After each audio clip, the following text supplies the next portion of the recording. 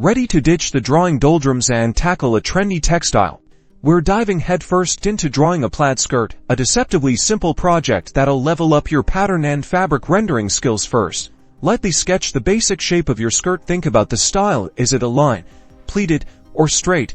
Don't worry about details yet. Just focus on the overall silhouette and the natural folds of the fabric.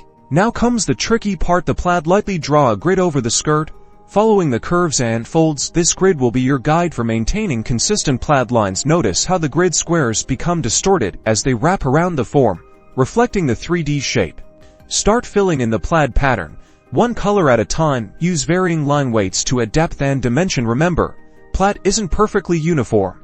Slight variations in line thickness and color intensity will make it look more realistic. Next, add shading to define the folds and wrinkles. In the fabric, areas where the fabric bunches up will be darker, while areas that stretch or catch the light will be lighter. Pay close attention to how the plaid pattern interacts with the shading. Refine your drawing by adding details like buttons, zippers, or a waistband. Use darker lines to emphasize edges and create contrast. And there you have it, a stylish plaid skirt that showcases your newfound drawing skills.